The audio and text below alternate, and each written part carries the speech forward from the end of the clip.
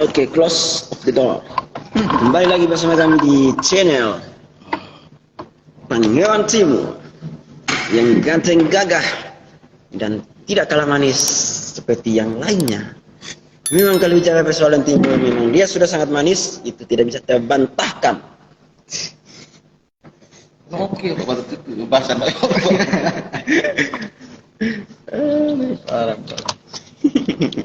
Gugup, men. Gugup di depan kamera. Soalnya kameranya terlalu jernih. Takut kelihatan manisnya. Asyik. Jadi gugup.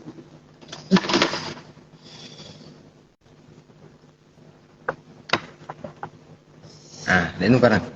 Jomblo semua, aduh. Sebenarnya nggak boleh. Gimana ini konsepnya? Ada yang bilang jomblo ini. Siapa lagi tuh kurang ajar? Jadi jomblo itu ada nggak? Sebenarnya bukan jomblo.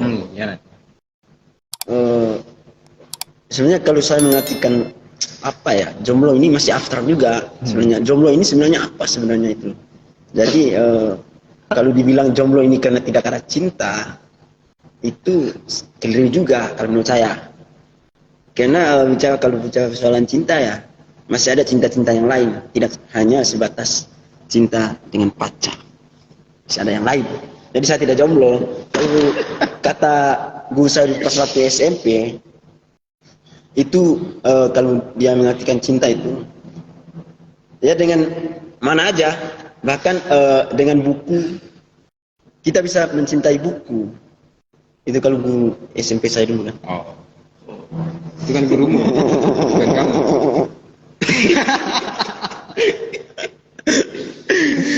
Asik. Oke, saya ulang lagi. Kembali lagi bersama kami di siaran langsung. Di siaran langsung Instagram maupun nantinya akan diupload di YouTube, di channel YouTube Pangeran Timur. Jangan lupa saksikan terus. Ulang. Pala.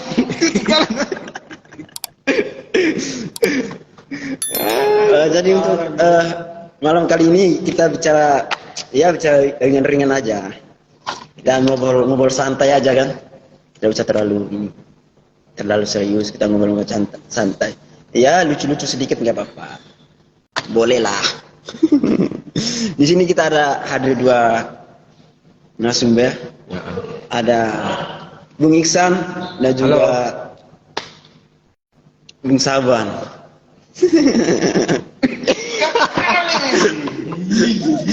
Itu merusak suasana ini.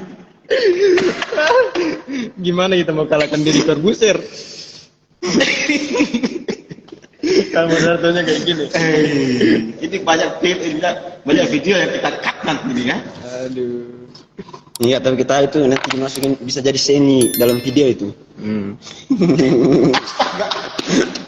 Sudah. Jadi gini. Ya yang ambil alih. Oke. Jadi begini Pak.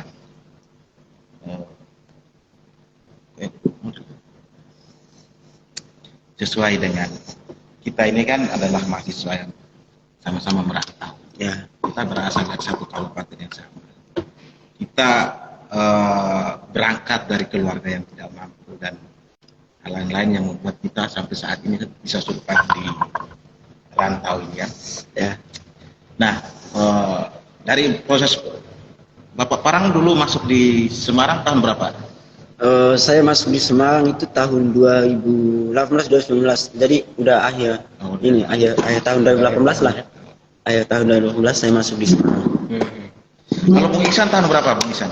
Saya itu 2017 akhir. 17 akhir. Ya. Tapi sebelumnya di? Kalau sebelumnya itu di Jawa Barat, di Bogor. Ya, Jawa Barat. SMA 3 tahun di sana. Artinya secara tidak langsung itu kan kita sudah hidup di rantau dengan lebih dari 2-3 tahun. Nah dari pengalaman-pengalaman ini, ketika kita pulang ke kampung kemarin, kita bisa merefleksi, kita bisa melihat bagaimana kondisi kampung yang ada di sana dengan pola kehidupan sosial masyarakat, pendidikan dan lain-lain.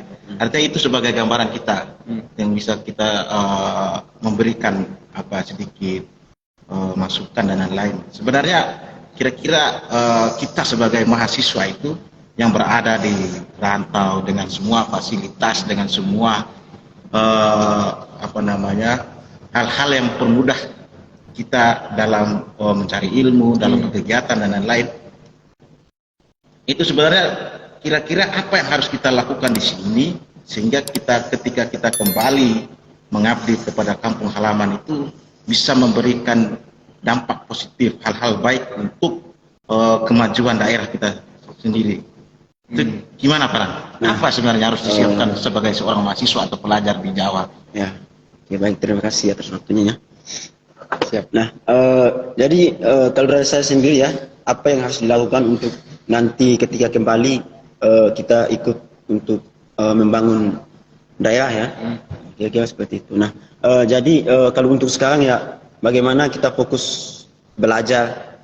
Nah, apalagi kan akses di Jawa ini itu kan memang sangat ya mudah lah untuk bagaimana kita mencari pengetahuan-pengetahuan baru kan. Nah, kemudian pengetahuan-pengetahuan tersebut ya nanti kita bisa bilang ya terapkan apa yang menjadi ya kita tahu di sini benar yang baik kan ya, nanti balik di kampung ya kita melaksanakan seperti apa yang ada di sini gitu, yang baik-baiknya aja. Contoh realnya seperti apa kira-kira? Nah, contohnya waktu kemarin pulang dan setelah itu kan Bapak ini kan sudah melihat bagaimana kondisi lingkungan yang ada. Nah, otomatis kembali ke sini kok kita lingkungan sosial kita begini, sementara kita begini, apakah kira-kira satu pandangan bahwa nanti saya pulang itu saya akan melakukan ini. Ya, gitu. Kira-kira contoh realnya apa ini? Tadi kan terlalu ya bentuknya umum ya. Nah, kita turun kepada bentuk aplikasinya seperti apa. Jadi untuk saya sendiri ya, nah karena di sini posisi saya masih sebagai ya pemuda, sebagai pelajar juga kan. Nah, jadi untuk nanti kalau balik kampung, apa yang real dan yang apa yang harus saya lakukan adalah begini. Saya melihat ya masih kurangnya atau masih minimnya juga orang-orang di tempat kita itu yang ya keinginan untuk belajar dan juga ya ada keinginan untuk ya melanjutkan sekolah dan lain itu kan masih berkurang. Kalau dari pandangan saya ya itu masih berkurang. Nah, itu yang kemudian nanti ketika saya balik bisa mempengaruhi ya kawan-kawan yang ingin berkuliah untuk melanjutkan ya kuliahnya, untuk melanjutkan pendidikannya. Nah, dan juga persoalan mencari pengetahuan baru. Karena ya kita lihat di kampung kita ini kan masih ya banyak atau ya masih banyak persoalan ini ya, anak-anak muda yang kayak tawuran dan lain-lain kan. Nah, itu yang kemudian ya harus kita berubah itu. Nah, dengan ini hanya kalau dari saya sendiri, saya mengkonsepkan ketika nanti saya balik itu ada saya itu ingin membuat kayak salah satu ini wadah ya, salah satu wadah ya, mungkin di kampung saya dulu, di ini salah satu wadah yang dimana di situ ya basisnya ya bicara persoalan pengetahuan ya, kayak kita di sini persoalan kayak diskusi dan lain-lain kan. Nah, itu yang kemudian nanti ingin saya terapkan di kampung saya itu. Kalau gimana menurut pandangan Bang Iksan itu, Master Iksan ini? Secara dimana beliau ini kan adalah master guru di HMI yang dimana memiliki pengetahuan dan peran penting dalam pengelolaan kaderisasi, sehingga apa yang didapatkan ini kira-kira apa yang bisa dilakukan itu? Ya, sebenarnya tradisi keluar kampung ini kan sudah diwariskan dari lama ya Bang ya. Dari orang tua, kemudian dari nenek, kemudian dari orang tua sampai saat ini ya kita bertiga lah. Ya. Karena ini bagian daripada tradisi ataupun warisan. Tapi warisan ini berbeda karena yang dulu orang tua kita itu keluar kampung hanya untuk persoalan ekonomi ya. Ya betul. Nah, tapi hari ini orang tua kita mencoba bahwa sudah cukup kalau kita keluar hanya untuk ekonomi, sudah saatnya anak-anak kita itu keluar hanya karena untuk ilmu ya. Jadi feedback pasca orang tua kita rantau kemudian balik berarti rumah baru, kemudian fasilitas rumah dan lain sebagainya itu ya tercukupilah. Nah, hari ini dengan konsep yang sama tapi punya target yang berbeda. Nah, muncul pertanyaan yang memang harus kita jawab secara bersama ataupun semacam wacana baru yang harus kita bangun, bahwa balik pasca mencari ilmu itu apa sebenarnya. Nah, sebenarnya tidak muluk-muluk kalau wacana itu kalau mau kita konsepkan, berhubung di Lembata sendiri, khususnya di Kedang sendiri, sudah banyak alumni-alumni atau lulusan-lulusan terbaik di beberapa universitas yang sudah balik. Nah, teman-teman yang belum balik ini nanti ikut terlibat langsung, dan prospeknya itu langsung bukti nyata itulah, entah itu bentuknya melalui komunitas ataupun melalui organisasi yang sudah ada di kampung, misal kayak yang abang-abang yang sudah lulus itu apa Bang? Organisasi gerakan itu luar biasa. Itu maksud saya dikembangkan lagi dengan bentuk generasi yang baru. Nah, sehingga apa? Sehingga yang didapatkan dari luar Lembata, di Kupang, di Jawa, di Makassar ataupun di Kalimantan, itu kita bawa ke sana itu, entah itu teman-teman yang konsennya itu di bagian lingkungan, berarti fokusnya di lingkungan, ataupun yang di bagian guru, misal kayak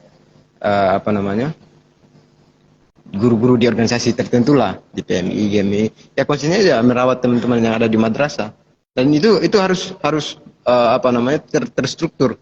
Jadi kenapa ini belum dikonsepkan? Karena kebanyakan teman-teman yang sudah lulus, ini menurut saya sudah lulus, itu sudah melaksanakan tapi tidak terstruktur. Jadi masih pecah-pecah, masih berjalan sendiri. Jadi kalau ini dikonsepkan, saya jamin ke depan akan bagus untuk wilayah Kedang tersendiri. Kalau untuk wilayah lain mungkin saya belum terlalu paham, karena sudah berapa banyak teman-teman yang ikut kuliah dan sebagainya. Tapi di Kedang sendiri, saya kira hampir seluruh desa itu di atas 30 sarjana ada. Dan ini potensi luar biasa sebenarnya. Dan harus terkhususnya ini bentuk aspirasi aja. Kepala desa ataupun aparatur desa ini harus melihat potensi yang ada. Karena kesibukan teman-teman pasca kuliah itu tidak diakomodir sebenarnya. Jadi hanya sebatas balik, kemudian kalau kerja ya kerja, kalau sibuk yang lain. Tapi kalau diakomodir dengan baik, dikasih wadah melalui Karang Taruna, dikasih program dan lain sebagainya, itu sebenarnya bagus. Nah, ini yang saya lihat pas kemarin balik belum ada sih. Iya. Jadi konsep yang awal menjadi tradisi itu coba dirubah. Itu yang mau saya sampaikan. Itu Bang. Ya. Jadi dari konsep yang ada tadi itu adalah bagaimana ya Allah Akbar. Api muruk. Astagfirullah. Bikin lagi.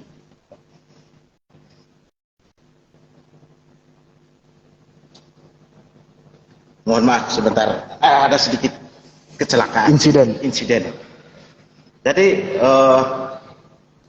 dari pandangan yang tadi disampaikan itu kan bagaimana kita sebagai kaum terpelajar yang ketika nanti pulang itu untuk mengabdi kepada kampung halaman. Nah, di sisi lain sekarang itu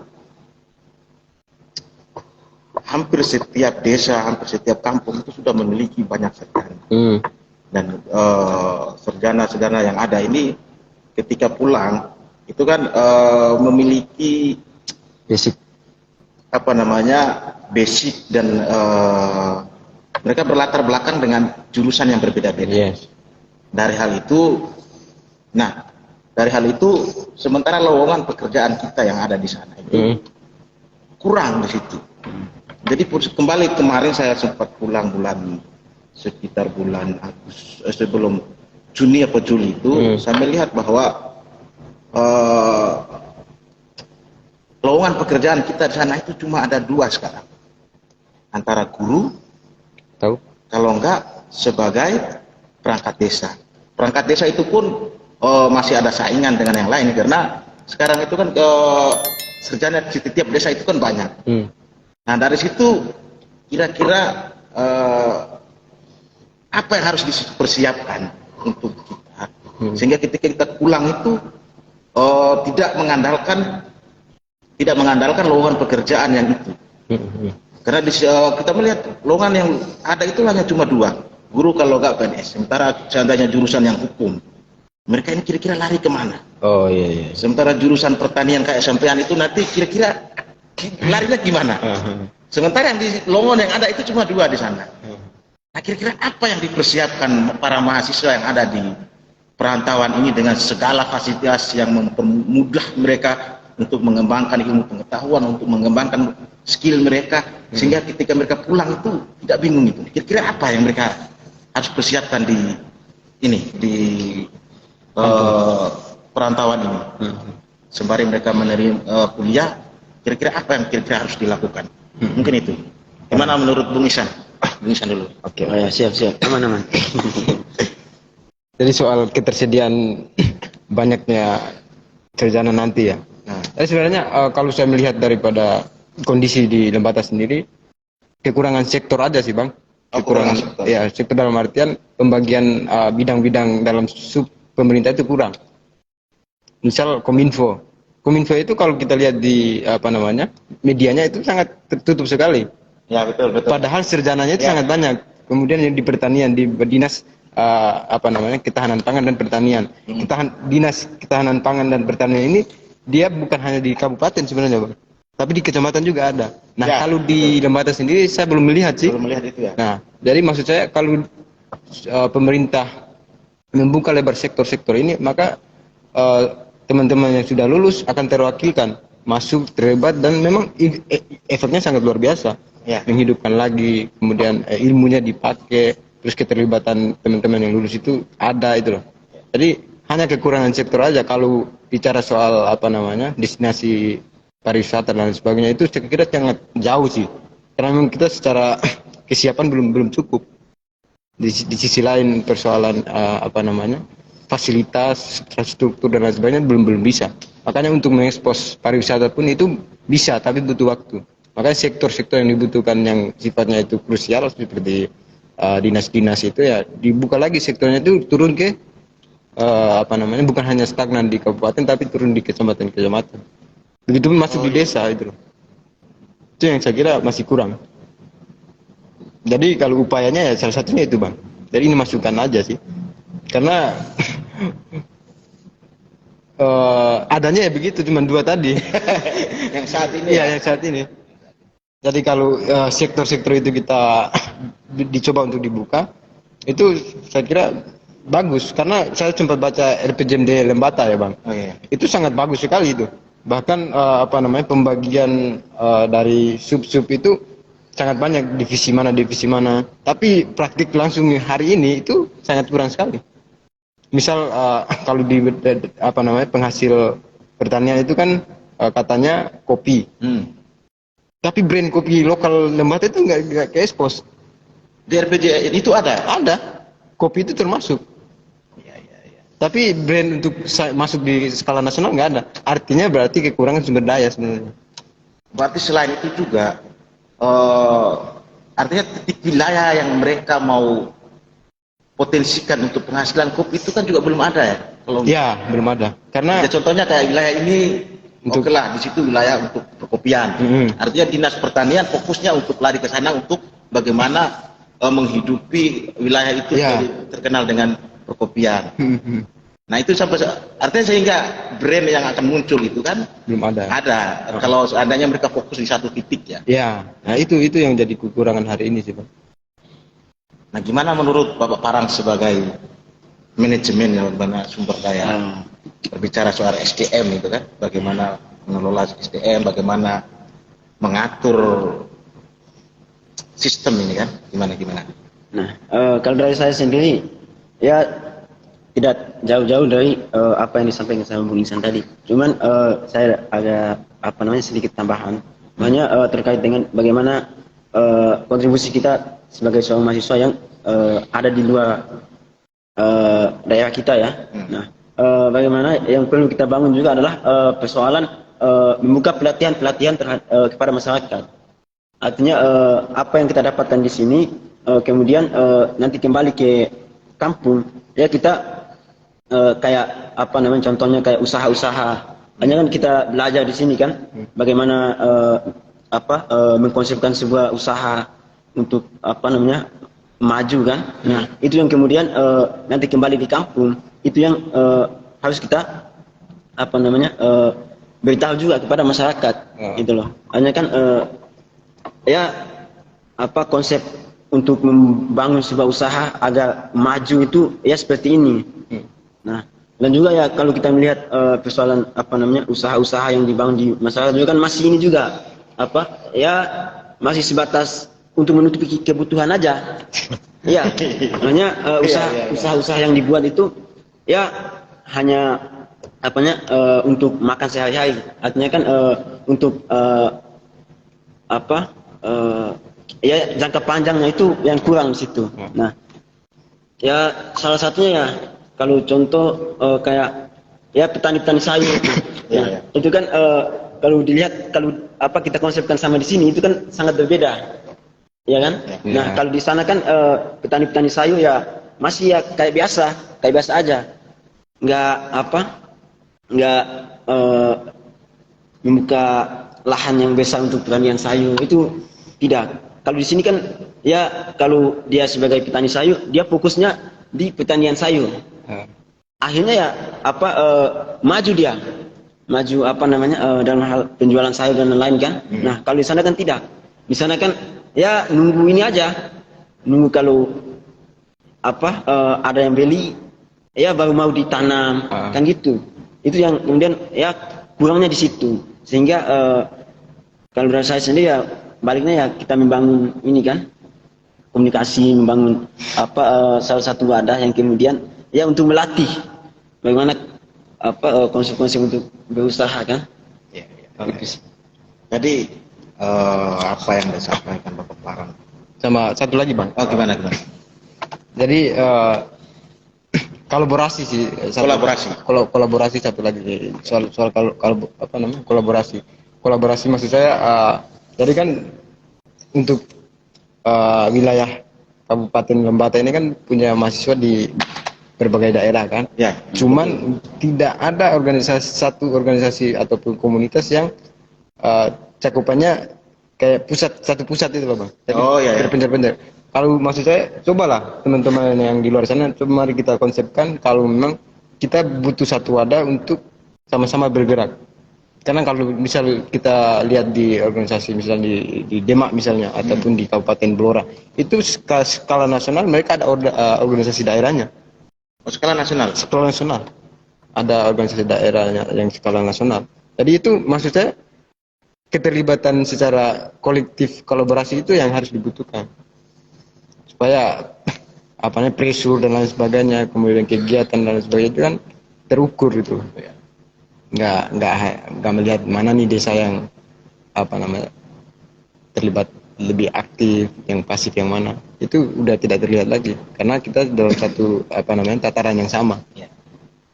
Jadi kalau kita berbicara soal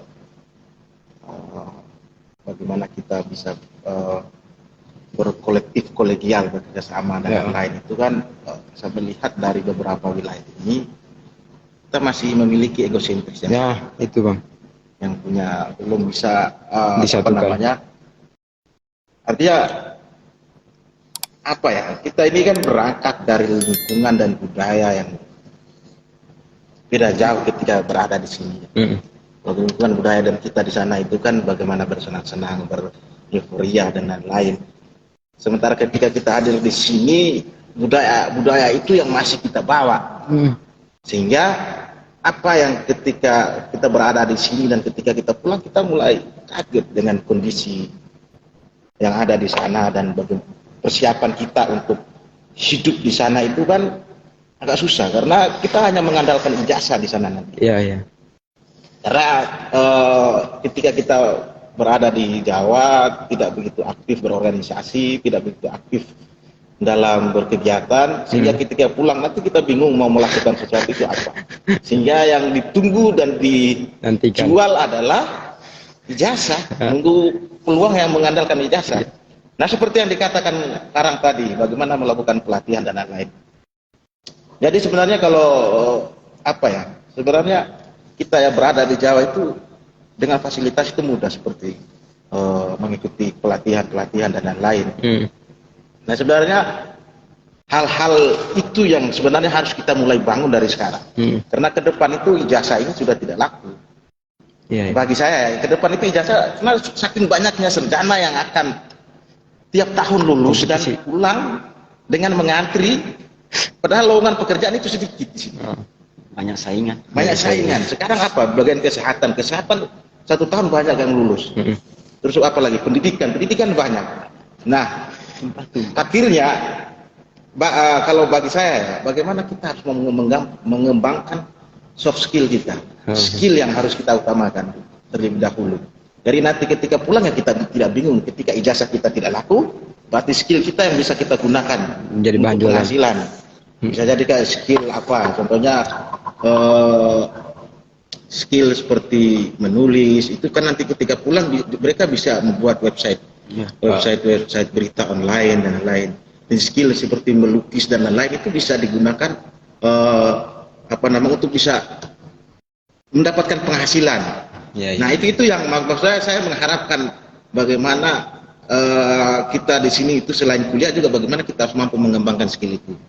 Nah seperti itu nanti yang ketika kita pulang itu kita bisa memberikan pelatihan. Contohnya kayak di sini ada teknologi pertanian, bagaimana menghasilkan satu produk. Contohnya bisa tempe, membuat tempe dan lain-lain. Itu sebenarnya artinya itu juga bisa kan. Ya, contohnya kelapa bisa menghasilkan menghasilkan minyak yang tidak harus kita lempar keluar ke Surabaya, teman-teman, kita mampu memproduksi di sana. Itu sebenarnya sumber daya alam yang ada di sana itu kan banyak itu. Tinggal bagaimana kita punya skill untuk mengelola itu. Hanya saja lagi-lagi kita harus membutuhkan dorongan selain juga pemerintah juga ini kan. Iya. Seperti apa yang dikatakan Wisan tadi memang betul. Nah,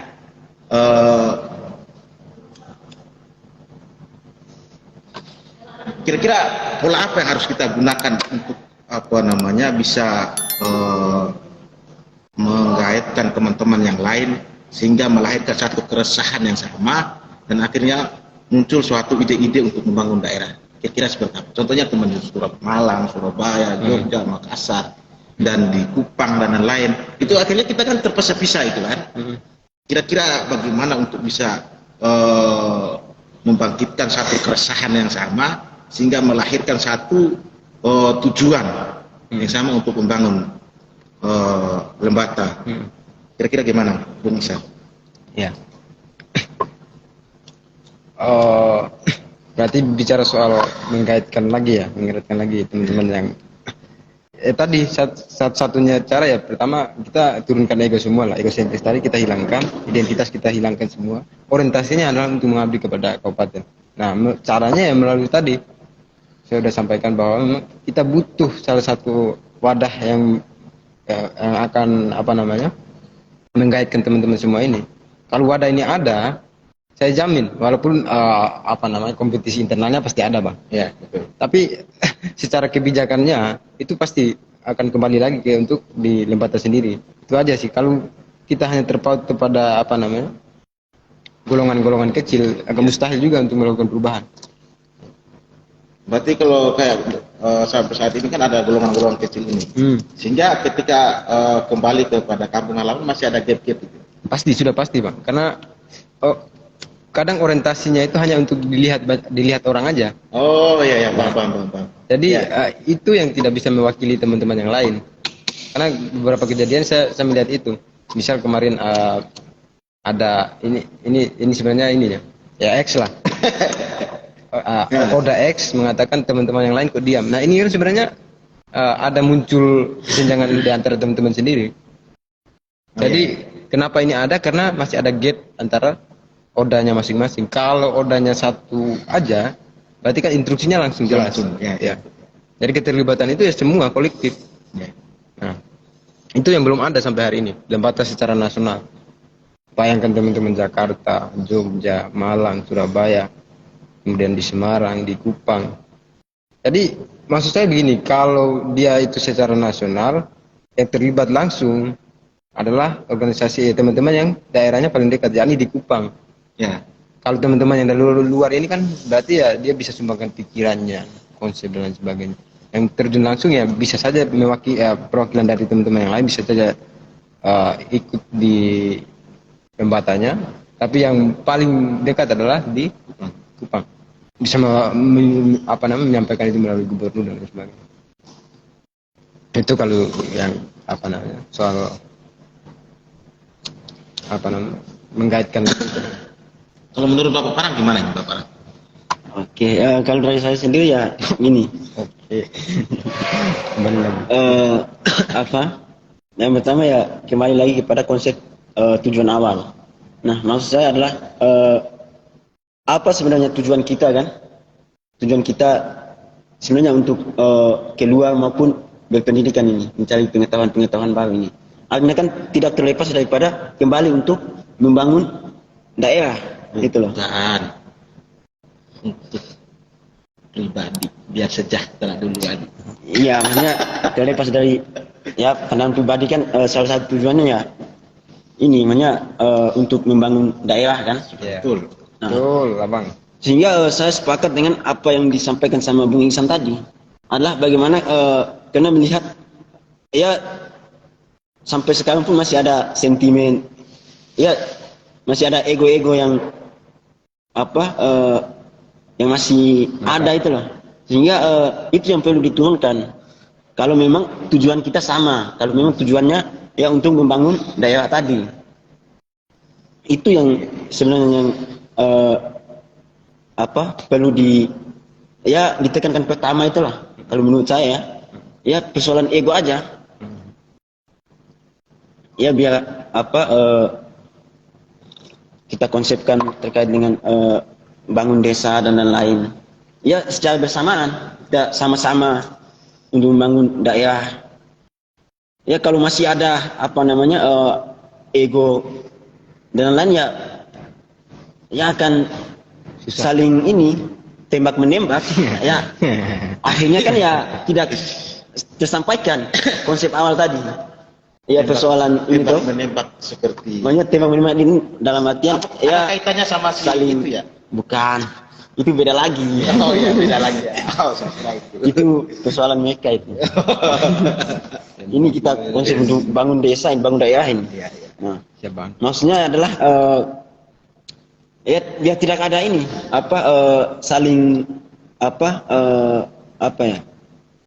adu argumen maupun adu pemikiran dan lain-lain kan. Kalau konsep awalnya sudah dibangun untuk membangun daerah ya, saya yakin itu pasti bisa itu loh. Kalau tujuannya bersama-sama untuk membangun daerah kan, ya pasti konsep-konsep yang dilakukan ya pasti bersamaan. Maksudnya adalah dengan cara-cara yang dilakukan itu kan ya pasti akan sama-sama gitu loh. Tidak ada ini dia melakukan dengan cara yang lain, ini melakukan cara yang lain. Itu tidak ada kalau konsep membangun desanya, membangun daerahnya itu ada. Siap, Pak. Gitu. Mungkin kalau dari saya itu. Dari Abang sendiri?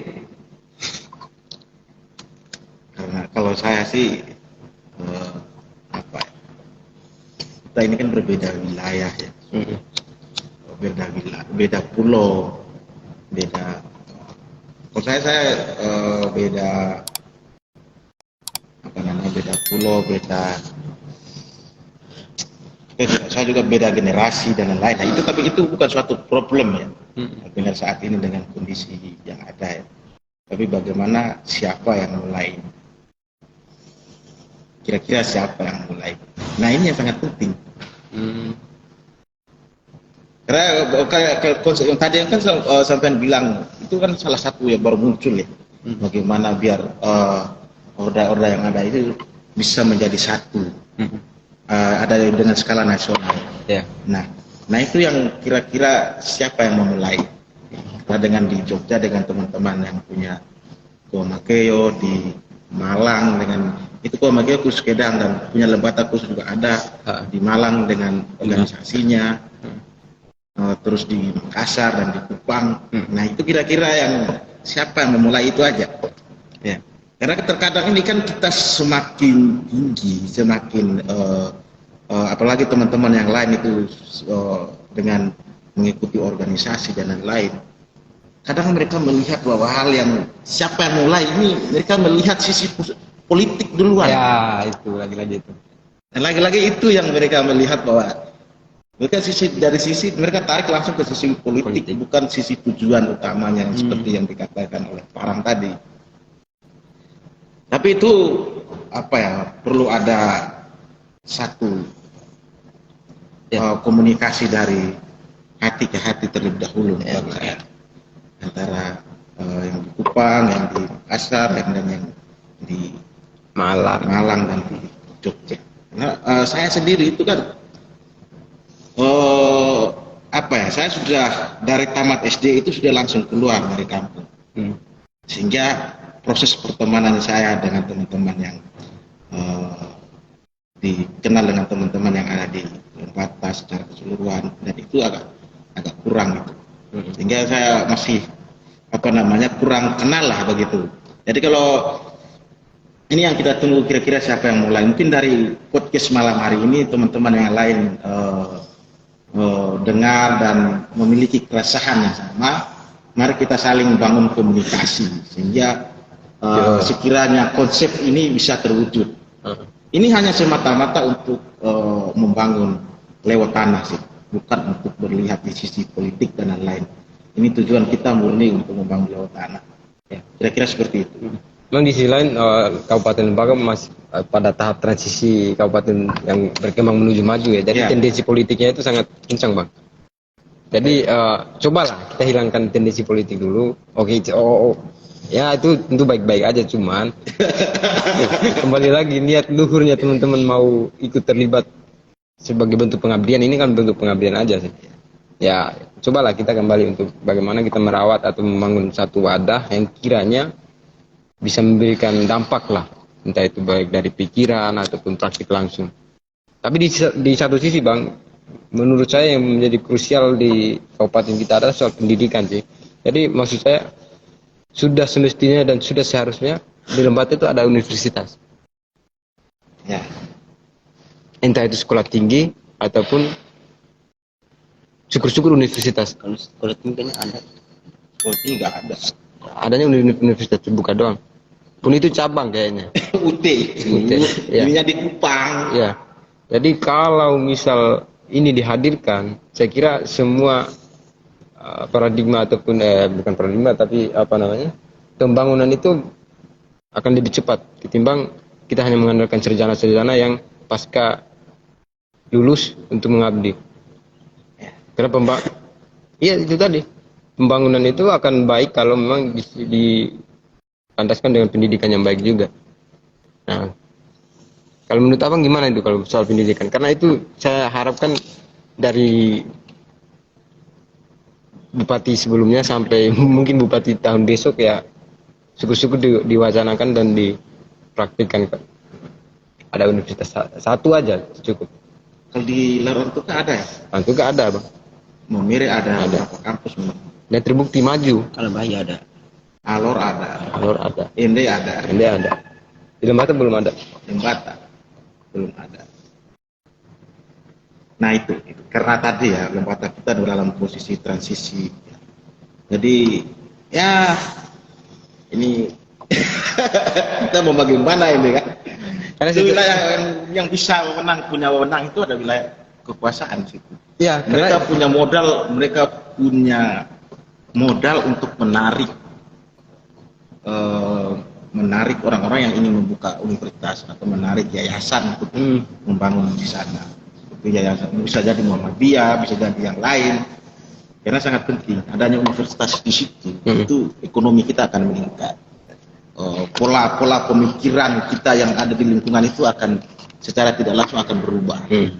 Kalaupun pemerintah belum siap ya, kan di dalam undang-undang sudah diatur, Bang, soal pendidikan universitas ya, pembentukan universitas ya.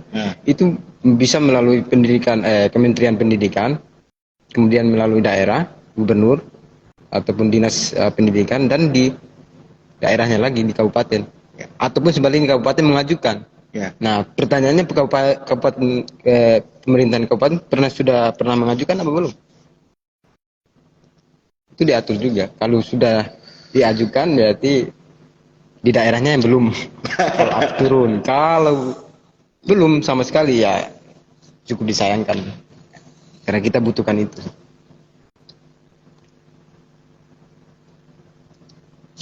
Tapi apa ya? Kadang juga orang untuk mendirikan kampus juga itu kan tidak ingin rugi. Jadi mungkin apa namanya, ini kan harus adalah satu penelitian sosial, penelitian terlebih dahulu kira-kira. Sehingga apakah kampus itu didirikan di sana itu memiliki minat orang untuk kuliah di sana itu ada atau tidak? Di situ dulu. Sehingga karena orang berdiri kampus itu kan berbicara juga bisnis. Yes. Jadi itu perlu mungkin ada itu sebagai satu landasan pertimbangan pemerintah atau orang-orang yang ingin membangun sana, atau bisa jadi belum ada inisiatif di situ, belum ada inisiatif dari pemerintah atau orang untuk membangun di situ. Kalau soal apa namanya menarik perhatian untuk agar teman-teman itu bergabung atau ikut masuk dalam universitas yang di Lembata ya nanti ya itu kan tergantung marketing, Bang. Marketing. Jadi bisa saja dibatasi kalau teman-teman kalau masuk di universitas ini dikasih biaya dan sebagainya, itu kan tergantung marketingnya. Tapi minimal kalau ada, saya pastikan pasti ada mahasiswa yang mau ikut. Ya pasti ada. Cuman belum ada aja. Nah itu khusus untuk teman-teman atau punya kenalan yang memiliki yayasan atau yang lainnya bisa dipromosikan lah. Siap. Sehingga Kayaknya Bapak harapan kita untuk salah satu kampus berdiri di Lembata itu bisa tercapai. ya. Kayak barangkali Kak Indra Toda ini kan lagi komen juga. Oh iya ya, kira-kira gimana? Ya. Ada pertanyaan nggak dia? Ada semacam wacana baru terkait dengan yang dibutuhkan di sana. Betul, memang secara permasalahan kompleks. Cuma kompleksnya dalam artian apa itu? Budaya kah, politika, ekonomi kah? Monggo, Kak Indra, Bung Indra. Bung. Kompleks ini kan artinya bermacam-macam. Ya. Tumpah-tumpah lah.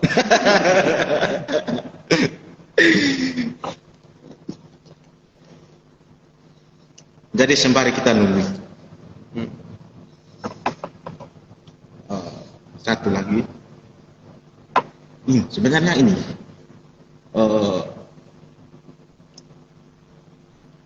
Banyak di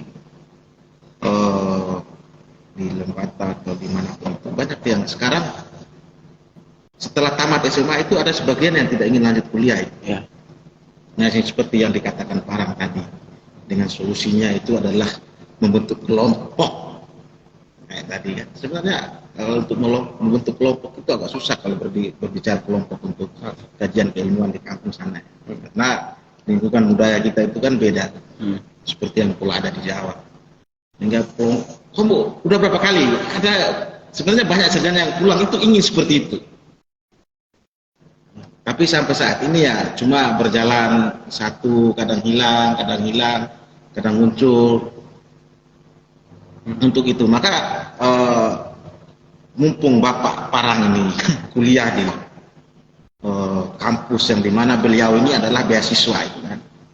Nah kira-kira bisa nggak mereka yang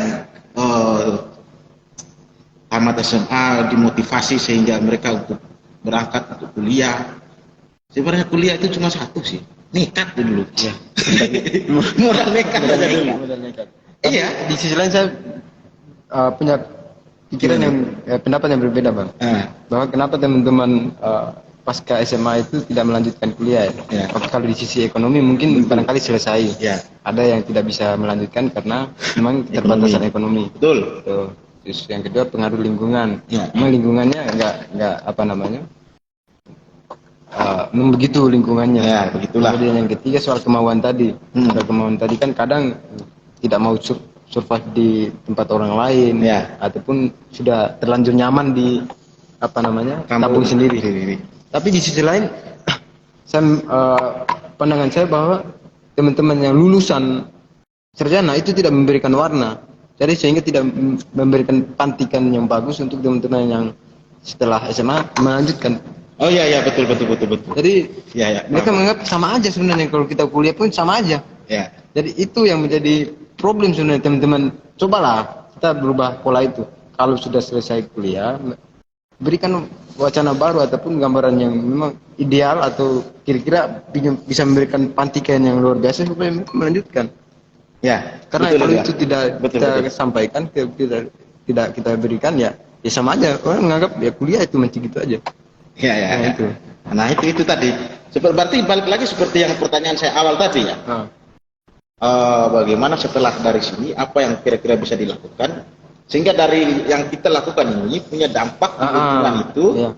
Dari dampak tersebut menimbulkan satu motivasi orang-orang yang bertamat SMA untuk bisa lanjut kuliah.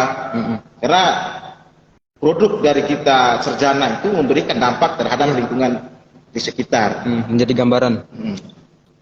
Karena dan di sisi lain kalau teman-teman yang sudah melanjutkan kuliah, kalau ada informasi beasiswa tolong disalurkan. Ya, Karena betul. tidak semua orang itu bisa melanjutkan kuliah karena tadi persoalan ekonomi. Jadi kalau akses beasiswa itu kita sampaikan, informasi itu didapat dan mereka punya kemauan, ya kita bantu untuk bagaimana menyalurkan mereka ke perguruan tinggi toh. Ya. Jadi harapannya juga untuk teman-teman mahasiswa yang ada di manapun berada, ketika kiranya ada jalur untuk bisa mendapatkan beasiswa atau mendapatkan informasi bahwa ada kampus tertentu yang memiliki beasiswa, bisa jadi bisa memberikan informasi ke setiap wilayah di daerah yang sekiranya teman-teman yang baru tamat SMA memiliki motivasi untuk lanjut kuliah. Kira-kira seperti itu. Jadi gimana Pak Rangga? Terkait dengan apa namanya tadi itu, menurut sampean itu bahwa ketika nanti pulang itu membentuk wadah kajian keilmuan. Nah itu kira-kira gimana? Soalnya itu butuh berdarah-darah itu katanya untuk membentuk itu.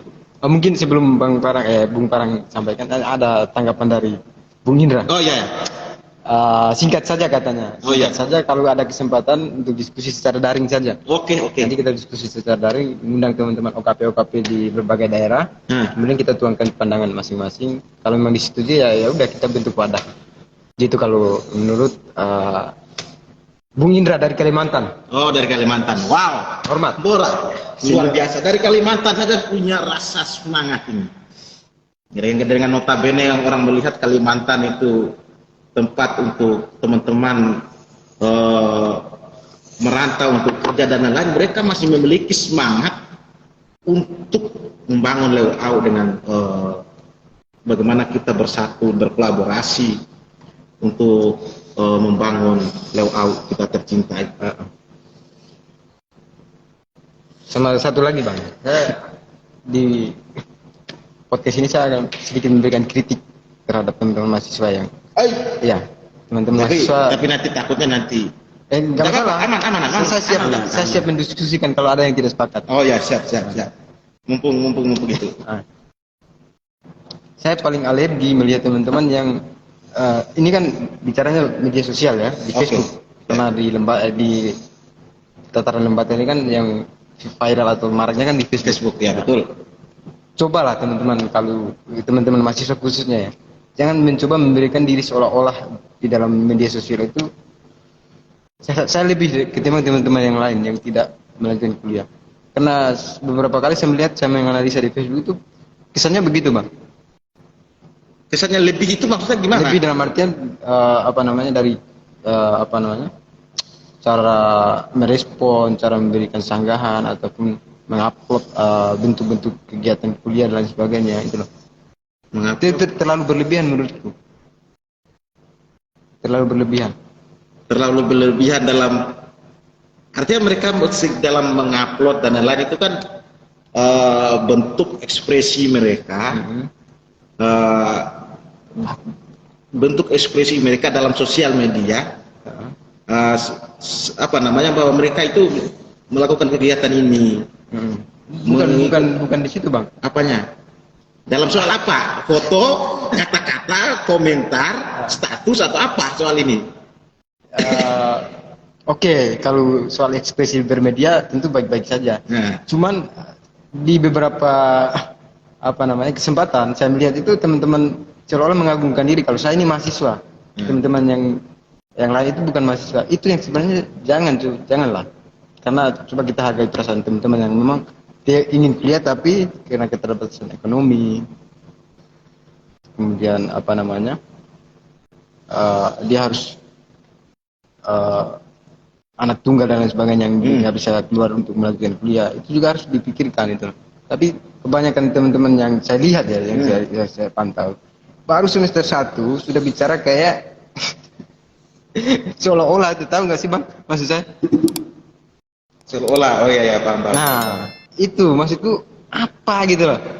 Iya, maksud itu adalah artinya pola. Waktu wajar lah kalau soal semester 1, semester 2 itu kan untuk mereka memberikan mereka satu semangat mereka untuk kuliah, atau semangat mereka dalam mereka kan mengikuti tren kayak gitu. Oke lah, saya di kampus saya memiliki berikut organisasi seperti ini dan saya mau membuat argumen seperti apa, mau sombong atau apapun itu kan. Maksudnya akhirnya pola pemikiran mereka semester 1 kan masih seperti itu, tatarannya masih seperti itu. Iya.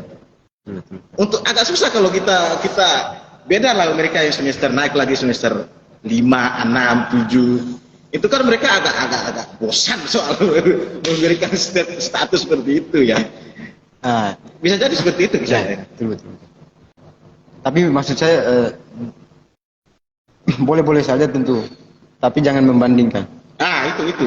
Artinya kalau ada perbandingan bahwa itu saya rasa itu berlebihan. Kalau soal membandingkan itu. Yes.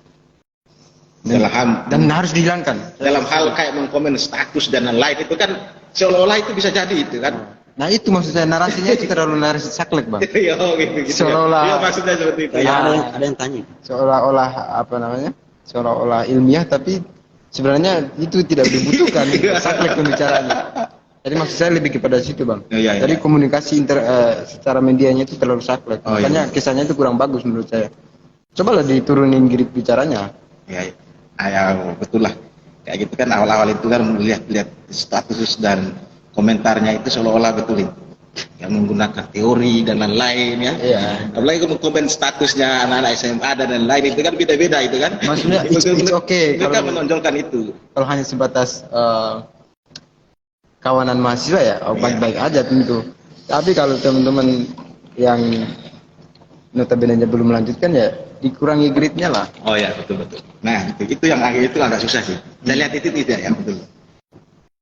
Ada pertanyaan nggak? Hah? Ampun, kalau di sini notabene bekerja di kurang pengalaman. Siapa? Ini olah sih. Siapa itu? Ini Kak Indra lagi olah. Pekerja sama kita di sini juga pekerja bos. Tapi Bapak selamat ya sudah meskipun saya melihat proses Bapak ini luar biasa untuk meraih sarjana ini kan, meraih Indra Lawetoda S apa dia? Manajemen. Bukan. Manajemen. Ya, luar biasa. Saya sangat salut sama Bapak. Artinya perjuangan-perjuangan seperti itu yang kita harus apresiasi ya. Ya ini kan teman-teman banyak nih, kok nggak ada yang nanya gitu loh. Kira-kira ada pertanyaan apa kira-kira? Apa? Curhat di sini profesor semua. Kalau bicara persoalan patah hati juga ada profesornya. Persoalan Lengkap di sini. Ya ada persoalan organisasi, ada persoalan ya apa aja. Di sini apalagi beliau yang di tengah ini kan direktur tanda di muka. Dia aja itu olah itu. Master produktif. Nah ini olah ini olah yang nyata ini. siapa lagi itu? Ini Jong Celebes ini beliau ini aktor apa namanya pembangunan di Buton. Sosok Buton inspirasi. Bau. Ini beliau ini inspirasi. Ya. Peraih medali kemarin Bang. Penari apa? Medali pemuda inspiratif. Pemuda inspiratif. Wow, luar biasa. Ini master apa namanya? Kak Bung Jong Celebes. Bung Selebes ya. Ya peta politik yang di sana kan dia yang ngatur Bang. Oh, meskipun dia berada di sini dia yang ngatur di sana ya. Gonçalo Bias memang luar biasa. Yang menemukan teori olah-olah itu kayaknya beliau ini ahli. Ahlinya ahli. Don ya don.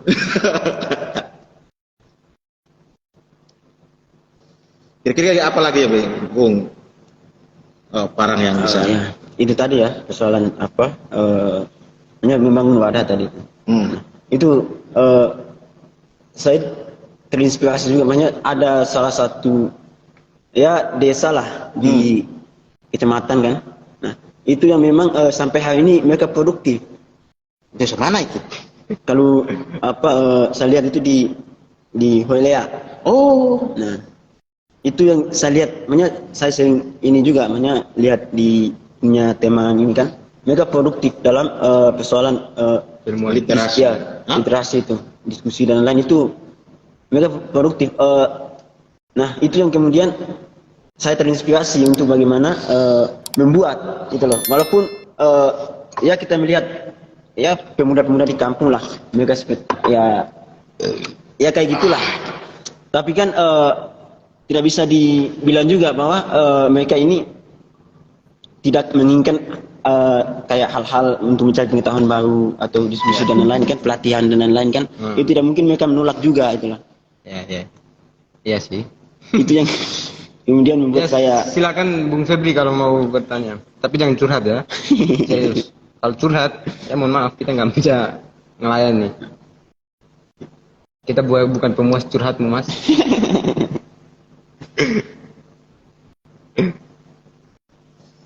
Hari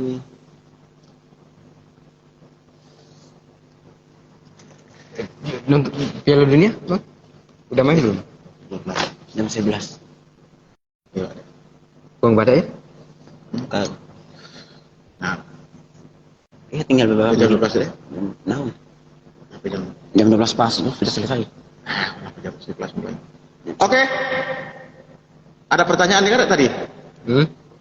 Katanya Febri mau nanya, tapi Nanya apa ini Feb? Jangan olah aja. Kalau olah itu tidak mau. Intinya jangan membahas soal ini ya, soal hal-hal yang berkaitan dengan Rasa.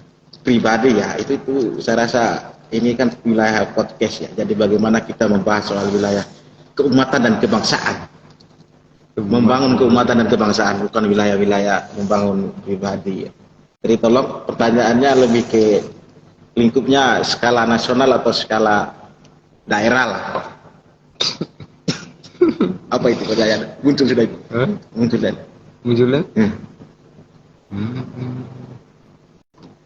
apa sih pertanyaan? Pertanyaan dari Bung Febri. Bagaimana sukses akademis? Apa? Bagaimana bisa sukses di akademis dan sekaligus di organisasi? Sukses akademis dan sukses organisasi. Ya kadang pertanyaan itu kan bukan hanya mau tahu tapi menguji sebenarnya. Dan saya tahu maksudnya Bung Febri ini menguji. Jadi gimana Pak? Sukses akademis sekaligus sukses organisasi. Patokannya sukses akademis itu kan sarjana. Nah sukses organisasi itu apa itu kira-kira? Nah itu. Patokan tolak ukurnya apa sukses organisasi? Tolong diperjelas lagi kan. Tolak ukurnya apa dulu sehingga saya menyampaikan ini nyampe itu kan. Jangan-jangan cuma mau uji aja. Paham lah Pak Febri ini kan.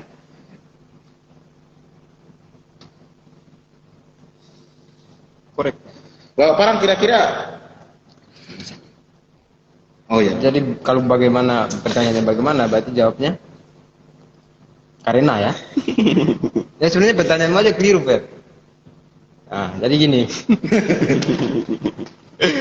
Untuk sukses di akademis dan sukses di organisasi tentu harus sukses akademis dulu dong. Organisasi itu kan hanya sebatas alat. Nah sukses akademis yang minimal basic ilmuannya ya harus ditahu. Misal sampean jurusan bahasa, ya berarti bahasamu harus jelas juga. Betul. Misal saya di pertanian, berarti ya tanggung jawab ilmuwan pertanian ya harus dipertanggungjawabkan. Kalau ada yang nanya, kalau ada yang apa ya harus dipertanggungjawabkan.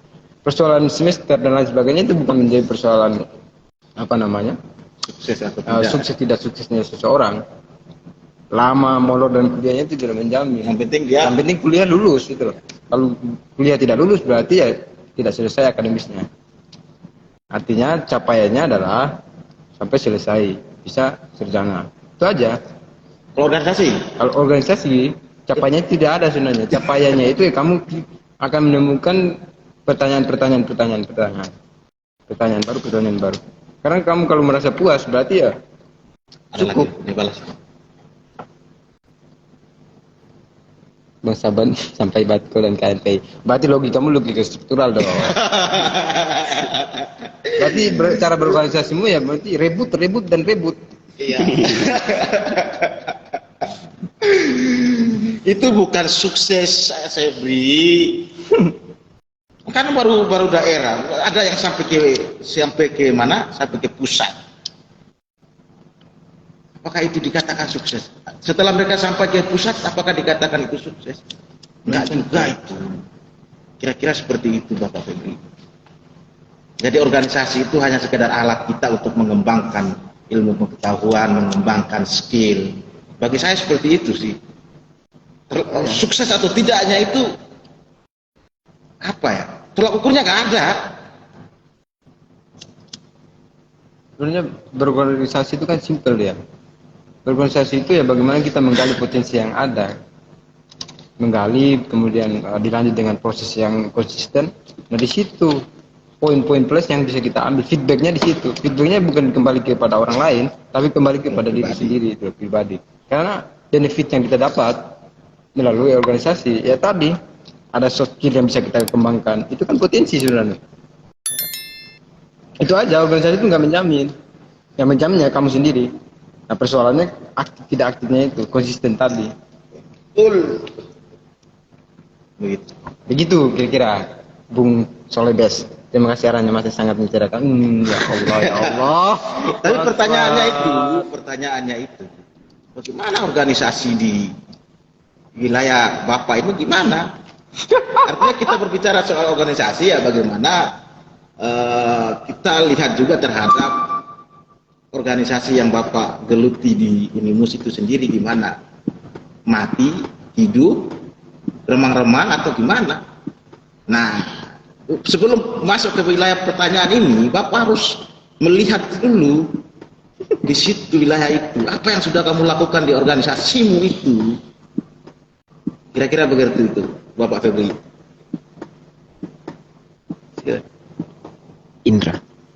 Indra lah itu dah. Apalagi itu Mau sebagai gambaran apa itu. Jadi kira-kira begitu Kak Bung Febri. Bicara soal apa namanya orientasi akademik dan orientasi organisasi, saya kira yang perlu kita utamakan adalah akademik.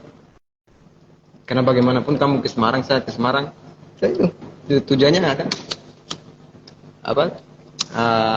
Kuliah. Nah di sisi lain organisasi gitu. Organisasi ya tadi alat untuk membentuk diri. Ada pertanyaan lain lagi? Bapak siapa itu? Indra lah itu dah. Indra, pertanyaannya apa lagi? Atau memberikan Ya, pemikiran? Bung Indra mencoba untuk memberikan potret baru, yakni di Desa Wawon. Itu bisa membangkitkan ekonomi masyarakat. Ya betul. Untuk daerah kawasan Lembata khususnya Kedang ya salah satunya Wawon. Ya saat ini Wawon. Saat ini Wawon. Itu apa ya? Itu setelah KKN itu, yang KKN dari Jogja itu. Ya, Saya kurang terlibat sih Bang. Enggak, maksudnya itu kalau Wawon itu berkembang itu setelah ada KKN di Wawon itu. Iya. Bagaimana mereka mulai membangun dan menamakan pantai Wawon dengan Nusantara dan membangun kembali, menghidup kembali pasar Wawon yang dulu itu. Terus yang kedua bahwa di situ pemerintahan desanya mendukung di situ. Poinnya di situ. Kita sebagai pemuda dan kita sebagai kaum katanya terpelajar, ketika pulang itu kan punya banyak konsep. Tapi kan perihal soal kita kini hanya sebatas konsep, perihal soal dalam hal untuk mengaktualisasikan dan lain-lain itu kan ada banyak yang membutuhkan dana dan lain-lainnya. Mereka secara pemikiran dan lain itu mereka sangat Buat? Ada pertanyaan lagi nih bang, Siapa? dari Bung Indra. Oh, Bung Indra. Nikah dulu bang. Gila. Saya itu nikah 2024. Setelah 2024 itu saya nikah. Setelah pilkada. Setelah pilkada. Oke, catat ya Bapak Setelah Indra. pilkada. Setelah pilkada, Bapak nanti harus ke Jawa ini. Oh, berarti calonnya orang Jawa.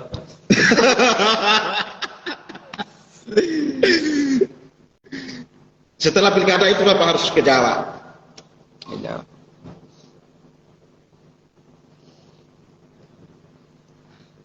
Bunga revolusi aja. Penting bunga revolusi itu ya. Bunga Ternyata, revolusi. iya. Sebenarnya anak-anak ini dalam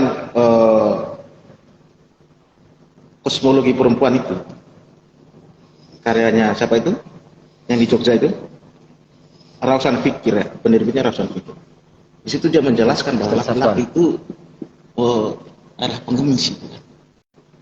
Laki-laki sebenarnya itu tidak memiliki cinta itu Bapak Parang. Kamu sepakat gak itu dengan itu kan sudah masuk dalam dia punya dalam itu ini dalam bukunya Kosmologi Cinta itu dengan rahim. Bagaimana itu Pak?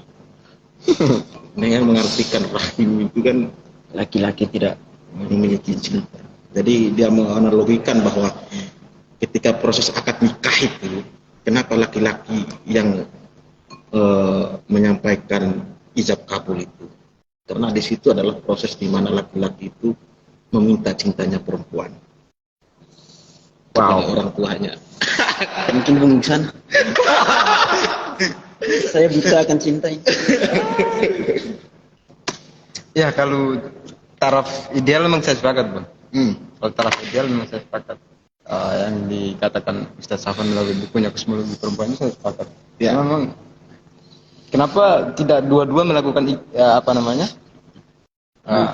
ucapan ijab kabul ya? Ya. Cuman hanya satu orang kan? Cuman laki-laki aja. Karena di situ memang betul bentuk bukti nyata laki-laki itu mengemis sebenarnya.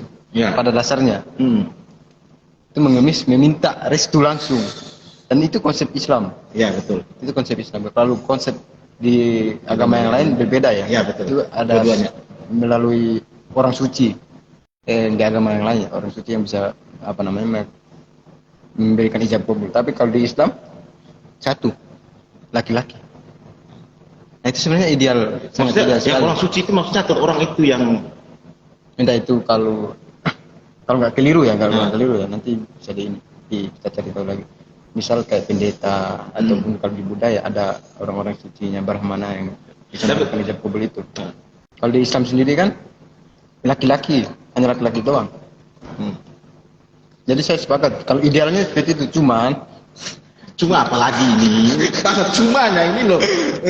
cuman praktik langsung sebelum ijab kabul itu dilaksanakan. Kadang-kadang laki-laki memberikan bualan menyatakan cinta itu kepada objek yang dituju yakni perempuan. Itu sebenarnya keliru. Laki-laki yang mengatakan cintanya kepada perempuan. ya memang begitu.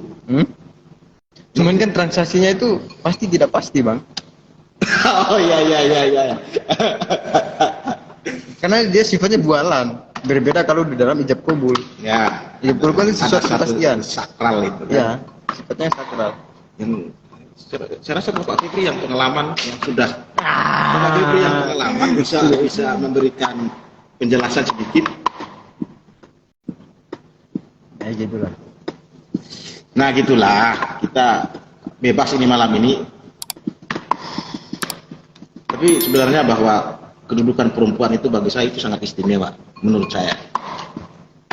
Kedudukan bagi saya perempuan itu sangat istimewa sehingga apapun hanya saja keistimewaan mereka itu mereka tidak menyadari bahwa mereka itu istimewa itu loh.